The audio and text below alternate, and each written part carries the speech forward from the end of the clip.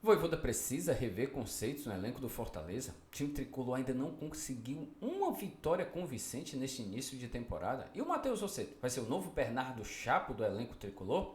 E lá no Ceará, Mancini encontrou o time ideal? E o Lourenço, como tá jogando bola, viu esse meio campista? Jogando muita bola. Depois do Eric Puga, acho que é o grande nome do Ceará neste início de temporada. E a fila do perdão, quem vai começar? Para o Richard e o Richardson.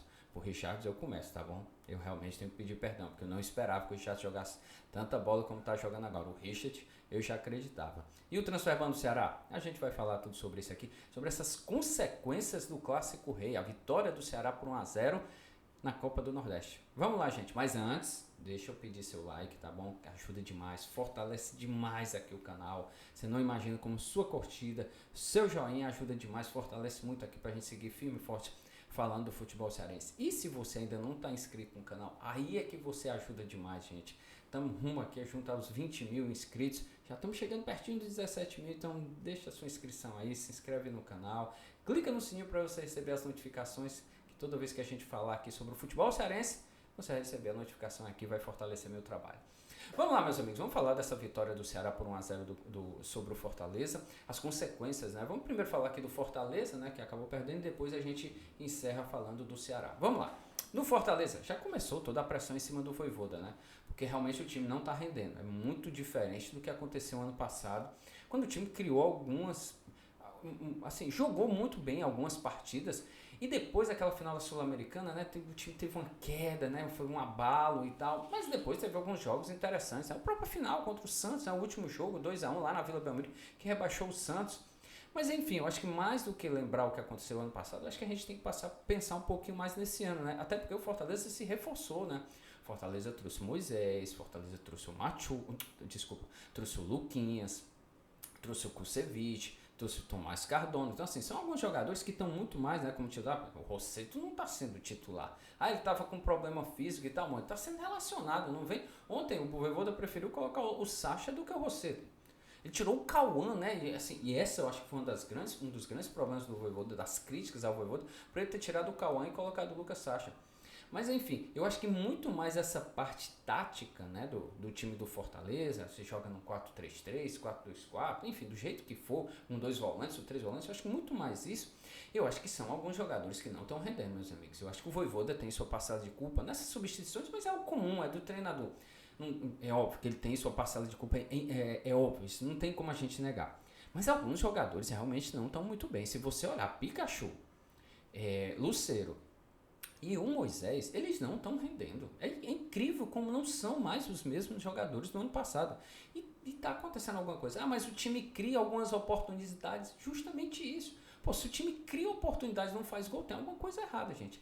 E um time como o Fortaleza, ele tem que criar oportunidades, meus amigos. Pelo amor de Deus. O Fortaleza não criar oportunidades é que seria um negócio absurdo. Não tem como. Pela qualidade que o Fortaleza tem, tinha que criar oportunidades. E os jogadores não estão conseguindo colocar a bola para dentro. E ontem, obviamente, o Richard foi muito bem, mas sim, o time está apresentando muitas falhas, né?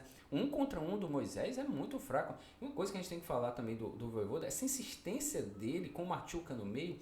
Eu até entendo que pode ser que nos treinos o Machuca arrebente lá nos treinos, né? Por meio de campo, meio campo, ele jogando de meio campista, ele vai lá e consiga ir ali pelo meio, fazendo grandes jogadas. Mas nos jogos não está acontecendo. Não é a primeira vez que o Vojvoda coloca o Machuca no meio e não dá certo. O Caleb não tem condições de jogar 90 minutos, beleza, pô, mas não tem, é óbvio, claramente que não está dando certo o Machuca. E ontem foi mais uma prova, né? Contra o Ceará, ele não jogou bem. Então, assim, esse quarteto, Machuca, Moisés, Pikachu e Lucero, tá devendo bastante. E assim, é óbvio que eu acho que o Vojvoda, cara, o Vojvoda é altamente inteligente, né? Até naquele período lá de 2022, que o time jogava num 3-5-2 e ele acaba mudando a forma do time jogar. Eu acho que também, né? Esse 4-3-3 já clássico que ele tá fazendo, ou às vezes um 3-4-3, né? Porque ele sai com a linha de 3, volta o primeiro volante para se juntar os dois zagueiros e adianta os dois laterais. Às vezes até tira um lateral para colocar um atacante e fica um 3-4-3 clássico ou um 3-3-4. Enfim, da forma como ele achar melhor essa parte tática, mas o time dentro de campo não tá correspondendo. E eu acho que tem muito. Se ele tem uma parcela de culpa, eu acho que tem que rever alguns conceitos, principalmente nessa parte de formatação da equipe, de escalação mesmo da equipe. Eu acho que alguns jogadores não estão rendendo bola, meu. Não estão jogando bem. E eu acho que precisa ser dito. Então, dá oportunidade para outros. Tenta ver o que... Por exemplo, o Yarley, o garoto da base. Pô, bicho, rapaz, está na hora de testar. Se não vai testar agora, vai testar quando? Na Série A do Brasileiro, na Sul-Americana? Bota o rapaz aí. Detalhe, o Fortaleza só enfrentou adversários da Série B, Série C, Série D e que não tem série, gente. Foram 15 partidas nesse início de temporada. O Ceará não ganhou de times da Série C e nem da Série B. Da Série B não ganhou do CRB, não ganhou do Ceará e não ganhou do Sport. Na série C não ganhou do Botafogo da Paraíba e não ganhou do Ferroviário. Só ganhou do Maracanã, que é a Série D, do Alto, esses times aí que tem o Barbalho e tal, Iguatu, que ainda não estão em nenhuma série, né? O Iguatu está na Série desse ano. Mas enfim, é preocupante, tem algumas coisas que estão erradas, né? Dá pra você imaginar, por exemplo, ele ganhou do América de Natal 2-1 naquele pênalti lá do Marinho, que foi assim. O Fortaleza tá na hora de rever alguns conceitos, até porque a partir de agora acabou, né? Eu acho que até onde você poderia perder, você perdeu, que era agora. Porque, por exemplo, se ele perde por Vitória sábado, depois de amanhã, aí já complica, porque ele pode perder, ele pode até sair um pouco lá da vice-liderança. Dependendo dos resultados, obviamente, ele pode até sair do G4. Então, da Copa do Nordeste, tá bom? E tem os clássicos, né? A final do Campeonato Cearense. Porque agora a sequência é muito pesada. É Vitória, né? Joga contra o Vitória agora, depois, no meio de semana, pega o Maranhão lá em São Luís, depois é o Clássico Rei, o primeiro jogo da final, depois é o jogo contra o Esportivo Trinidense da Sul-Americana, lá no Paraguai, e volta para cá para enfrentar o Ceará no segundo jogo da final do Campeonato Cearense. Depois mais um jogo pela Libertadores, e aí, pela Sul-Americana, e depois começa o Campeonato Brasileiro. Acabou, não tem mais conversa, é jogo tudo decisivo. Então, ou você resolve agora e formata o time ou coloca alguém para jogar bola, ou vai sofrer as consequências. Essa do Matheus Rossetto, eu queria entender. Pô, o cara foi contratado, ainda não tem condições de jogar. Não tem condições, pô, se imaginou, não vem Caio Alexandre, né? Não ficou o Caio Alexandre. Vamos atrás do jogador. Tentaram alguns outros jogadores, né? Não deu certo, trouxe o Rossetto, bota para jogar, pô. Bota para jogar, tem que encontrar algum jeito. Então acho que Fortaleza está na hora de rever alguns conceitos, mudar algumas coisas, porque não há mais margem para erros, né? Tinha acho que os erros até agora, contra o Clássico Rei. Desculpa, gente. Então agora é partir para cima e tentar fazer boas partidas, porque olha, até agora ainda não viu o Fortaleza mostrar um bom futebol. Ganhou alguns jogos e tal, fez algumas boas partidas, mas convencer ainda não convenceu. Sobre o Ceará, meus amigos, vamos lá, porque o Ceará também tem muita coisa pra gente falar nessas consequências, né, do clássico, né? Primeiro, eu acho que o Mancini aos poucos está encontrando o time ideal. Porque nas laterais eu acho que está definido, né? Apesar de todas. Porque, vamos lá, né? Rai Ramos e Matheus Bahia. Eu acho que são dois bons laterais, principalmente ofensivamente. Mas a cobertura deles ainda está devendo. E como tem Matheus Felipe e Ramon, que eu gosto dos dois, são dois bons zagueiros, eles sofrem muito por causa que a cobertura dos laterais não está dando. Assim, como tem só o Richardson e o Castilho ali, que eu acho que o time, esse sistema defensivo é isso, né? Richard, Rai Ramos, Matheus Felipe, Ramon e Matheus Bahia, né? Então é esse o time, né? Essa defesa ele já encontrou, acho que não tem como fugir disso. Aí você tem o Richardson, para mim ainda na dúvida, eu acho que o Castilho, quando ele tá bem, eu acho que ele tem algumas partidas que ele oscila muito, eu acho que defensivamente o Castilho é melhor do que ofensivamente. Eu acho que ele joga muito melhor como um segundo volante do que com um volante adiantado. Um jogador meio campista mais adiantado, um terceiro meio de campo. Então, eu acho que esses dois, porque o Mugni, eu acho que o Mugni pode ser um bom reserva para jogar no segundo tempo. Quando o Castilho cansar, quando ele levar quando levar um amarelo, para entrar também até no lugar do Lourenço, e o Lourenço é um caso à parte que nós vamos já falar. Então assim, eu acho que o Mugni serve como um bom jogador para o segundo tempo, ou até mesmo, acho que quando você precisar vencer o jogo e tal, já pode entrar com ele, você joga apenas com um volante de contenção, que é o Richardson. Aí lá no ataque eu acho que essa é a grande dúvida, né?